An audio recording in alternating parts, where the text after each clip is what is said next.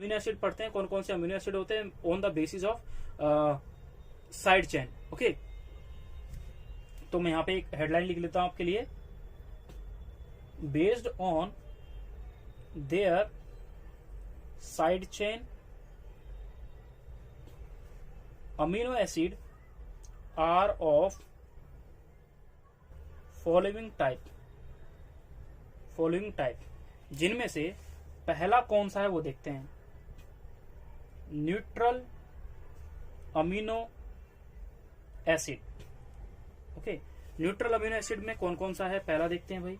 ये वो amino acid होते हैं, न्यूट्रल वो अमीनो एसिड होगा, जैसे अभी आपको मैंने यहाँ पे बोला ये वाली फॉर्म है, इसमें अगर एक ये प्रेजेंट हो और एक ये वाला कंपाउंड प्रेजेंट हो, या फिर दो ये प्रेजेंट हो दो ये वाले कंपाउंड हो, तो दोनों न्यूट्रल हो गए ना।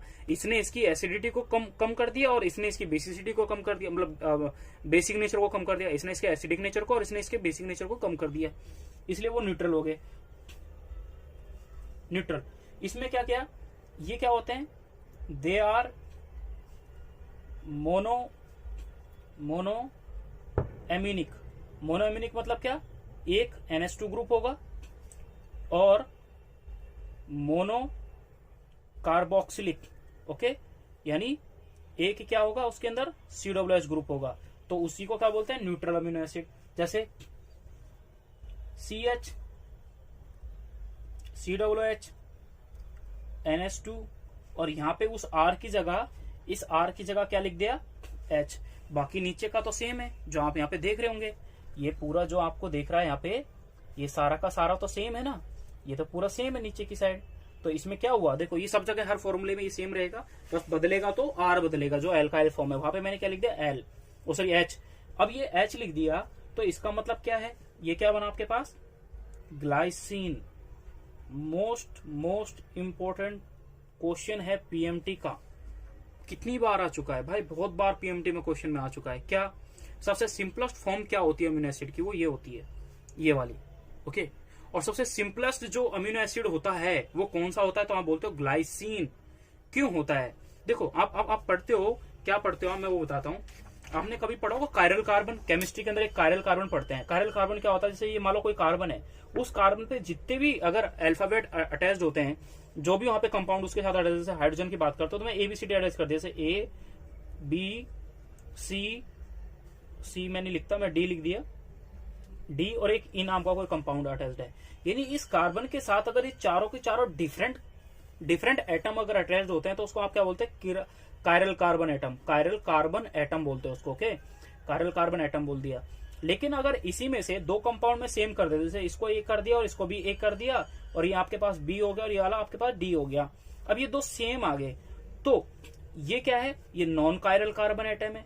क्या है, नॉन कायरल कार्बन एटम है। और नॉन कायरल कार्बन एटम जो होता है वो क्या होता है, इनएक्टिव होता है। क्या होता है, इनएक्टिव। ये PMT में बहुत बार आ चुका है। और कायरल कार्बन जो होता है वो क्या होता है, एक्टिव होता है।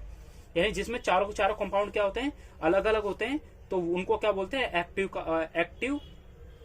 एक्टिव कंपाउंड बोलते हैं। और जिसमें सेम मिल जाए, दो या तीनों सेम मिल जाए, या फिर चारों के चारों सेम हो, तो वो क्या होता है, inactive non chiral carbon atom होता है। मतलब non active inactive non chiral carbon atom होता है। तो ये क्या है, देखो एक एसियरा एक ही पे अटैच्ड है, तो ये क्या है, एक तो पहली चीज इसके बारे में, पहला क्या है कि ये एक सबसे सिंपलेस्ट अमीनो एसिड है, ये याद रखना है। दूसरे के बारे में भी लिखता हूं, फिर आपको आगे करते हैं। COOH NH2 CH3, this is your alanine. Third NH2 COOH CH and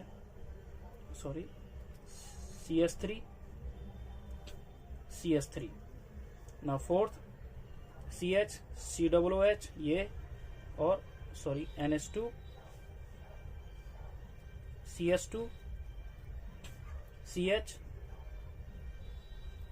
CH3 this is your valine, this is your leucine, और लास्ट आपके लिए यहाँ पे एक और है CH COOH NH2 CH CH3 CH2 and CH3. This is your isoleucine. देखो अब पढ़ते हैं फंडा मैन क्या है। यहाँ पे एक कार्बोक्सिलिक ग्रुप, एक अमीनो एसिड, तो क्या हो गया, न्यूट्रल हो गया। यहाँ पे भी एक कार्बोक्सिलिक एसिड, सॉरी एक अमीनो एसिड, एक एमिन ग्रुप और एक कार्बोक्सिलिक, एक एमिन एक कार्बोक्सिलिक, एक एमिन एक कार्बोक्सिलिक, एक अमीन एक कार्बोक्सिलिक। तो ये सारे के सारे कंपाउंड क्या आते हैं, एक अगर एक एक है यानी मोनो एमिनिक और मोनो कार्बोक्सिलिक है तो उस कंपाउंड को आप क्या कहोगे, न्यूट्रल अमीनो एसिड। ओके, पहला क्या है ग्लाइसिन, दूसरा एलेनिन, तीसरा वैलिन, ल्यूसिन, आइसोलेशन। आपको ये स्ट्रक्चर याद नहीं रखने, पहली चीज आपको एक भी स्ट्रक्चर याद नहीं रखना है। ओके, नाम सिर्फ इनका नाम याद रखना है कि ग्लाइसिन, एलेनिन, वैलिन, ल्यूसिन और आइसोल्यूसिन, ये याद रखना है। देखो ल्यूसिन ही आइसोल्यूसिन है, केमिस्ट्री के अकॉर्डिंग क्या किया, जो इसका एक आइसोमर बना दिया, आइसोमेरिज्म कर देते तो बोलते ना कि एक एडिशनल ब्रांच लगा दे तो आइसो वर्ड यूज कर लेते हैं, तो बस वही है, इसी को ये एक आइसोल्यूसिन कहा गया है। ओके, अब ग्लाइसिन के बारे में कुछ इंपॉर्टेंट पॉइंट बात करते हैं जो बहुत बार पीएमटी में पूछे जाते हैं, बस एक ही लाइन लिखनी है, मेरे को ज्यादा नहीं लिखना। पहला इसको देखो, मैं इसको लिख रहा हूं C, दैट इज COOH, एक हाइड्रोजन ये रहा, दूसरा हाइड्रोजन ये रहा और तीसरा अमीन ग्रुप ये रहा। अब देखो मैं अभी बोल रहा हूं, अभी थोड़ी देर पहले आपको बताया कि अगर एक ही कंपाउंड पे जब दो सेम जैसे ग्रुप लगे होते हैं तो वो क्या होता है, नॉन कायरल कार्बन एटम होता है, ये नॉन कायरल कार्बन एटम है। अगर इस पे यहाँ पे इसकी जगह जैसे इसमें देखो एक H है, ठीक है, एक CH3 है, ठीक है, एक COOH है, एक NH2 है, क्या इसमें कोई भी एक ऐसा कंपाउंड है जो एक जैसा हो, नहीं है। तो ये वाला जो कंपाउंड है ये ऑप्टिकली एक्टिव है, ये वाला जो कार्बन एटम है ये ऑप्टिकली एक्टिव है, ये वाला जो कायरल कार्बन है वो क्या है, ऑप्टिकली एक्टिव है, क्योंकि इस पे चारों के चारों जो एटम अटैच्ड हैं वो सारे के सारे क्या है, डिफरेंट है, लेकिन इस पे दो एटम सेम है, तो एक कायरल कार्बन हुआ, क्या ये ऑप्टिकली एक्टिव हुआ, नहीं। तो पहली चीज आप याद रखोगे, सबसे पहला जो इसका पॉइंट है ये है सिंपल अमीनो एसिड, पहला वर्ड। दूसरा ये क्या है, ऑप्टिकली क्या है, इनएक्टिव है ड्यू टू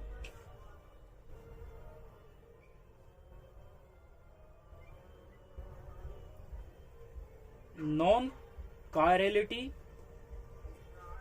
इज अब्सेंट, क्योंकि इसमें कायरलिटी अब्सेंट होती है, सॉरी नॉन कायरलिटी अब्सेंट नहीं, कायरलिटी अब्सेंट होती है, या फिर नॉन कायरलिटी बोल देता है एक लेटा। तो इसमें क्या है कि इसमें कायरलिटी जो होती है यानी जो कायरल कार्बन होता है वो क्या है, इसमें अब्सेंट है, जिसकी वजह से ये क्या है, ऑप्टिकली इनएक्टिव है। तो आप इस चीज को याद रखें, सबसे सिंपल अमीनो एसिड, पीएमटी का काफी बार आया हुआ क्वेश्चन है, पहला चीज। दूसरा ये ऑप्टिकली इनएक्टिव होता है, ऑप्टिकली इनएक्टिव होता है, क्यों होता है, क्योंकि ये कायरल कार्बन नहीं होता, ये कायरल कार्बन नहीं होता। कायरल कार्बन वो होता है जिस कार्बन के साथ चारों को चारों क्या डिफरेंट एटम अटैच्ड हो, लेकिन यहाँ पे दो हाइड्रोजन एक जैसे अटैच्ड है, हाइड्रोजन अटैच है, इसलिए ये क्या है, नॉन कायरल। बाकी के सबके सब क्या होते हैं, एक्टिव होते हैं। ये वाला क्या होता है, इनएक्टिव होता है, मैंने यहां लिख दिया है। ये चीज आप याद रखें। याद रखने के लिए ट्रिक, इनके नाम याद रखने, स्ट्रक्चर याद नहीं रखने में, फिर से कह रहा हूं, ट्रिक देख रहे हैं इसके लिए, इनके नाम याद रखने के लिए ट्रिक क्या है, girls are very lovely and intelligent. Girls जो होती हैं वो काफी लवली एंड इंटेलिजेंट है। तो पहला क्या, आप इनके नाम से इनको बारे में याद रखोगे, this is your glycine, this is your alanine, this is your valine, this is your leucine, ये कुछ नहीं है, दिस इज योर आइसोल्यूसिन। तो क्या हो गए, 5 पढ़े आपने। Girls are very lovely and intelligent, तो उसमें क्या पढ़ा, पहला ग्लाइसिन था, ग्लाइसिन है यानी ये वाला जी, दूसरा एलेनिन, फिर वैलिन, फिर ल्यूसिन, फिर आइसोल्यूसिन, ये वाला आई, आइसोल्यूसिन, तो इंटेलिजेंट। तो girls are very lovely and intelligent, ये आपके पास ट्रिक है आपको न्यूट्रल अमीनो एसिड को याद रखने के लिए। ये क्वेश्चन पीएमटी का बहुत बार पूछा गया है, ये वाला आपको ये याद रखना है। या फिर पीएमटी में आपसे ये पूछ दे, लिखा आ जाए, स्ट्रक्चर आएगा, अगर पीएमटी में क्वेश्चन आया तो स्ट्रक्चर बना हुआ आएगा और उस स्ट्रक्चर को आप पहचान लोगे। कैसे पहचान लोगे कि उसमें ये देख लोगे कि कितने अमीनो एसिड है, कितने कार्बोक्सिलिक ग्रुप है, जितने प्रेजेंट होंगे उसके अकॉर्डिंग आप बता दोगे। अगर सेम अमाउंट में प्रेजेंट है तो आप बोलोगे न्यूट्रल है, अगर अमीन ज्यादा है, अगर ये वाला ज्यादा है तो आप बोलोगे बेसिक है, ये अगर ज्यादा है तो आप बोलोगे एसिडिक है। ओके।